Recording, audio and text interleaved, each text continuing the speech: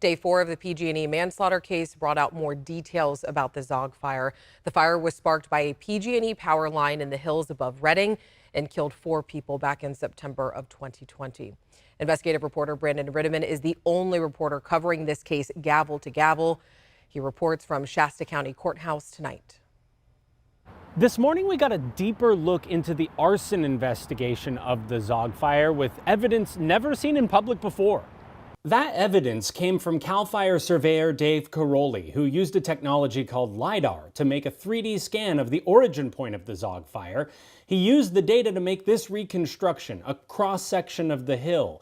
In orange is the problem tree and what it would have looked like before it fell. It was leaning an estimated 23 degrees in the direction of PG&E's power lines downhill, represented by these 3 dots, he said.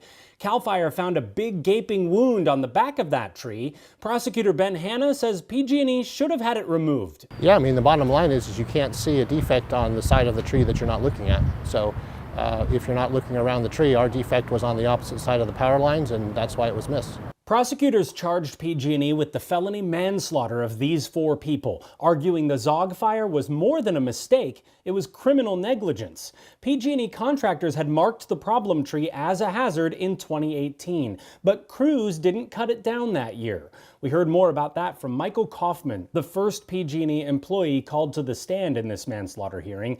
He said he called off tree work in 2018 because of a problem customer threatening tree crews. We heard evidence that he asked PG&E corporate for security guards, but he said he wasn't given any. So Kaufman decided to leave it to different tree crews who would soon be doing routine inspections of the line anyway.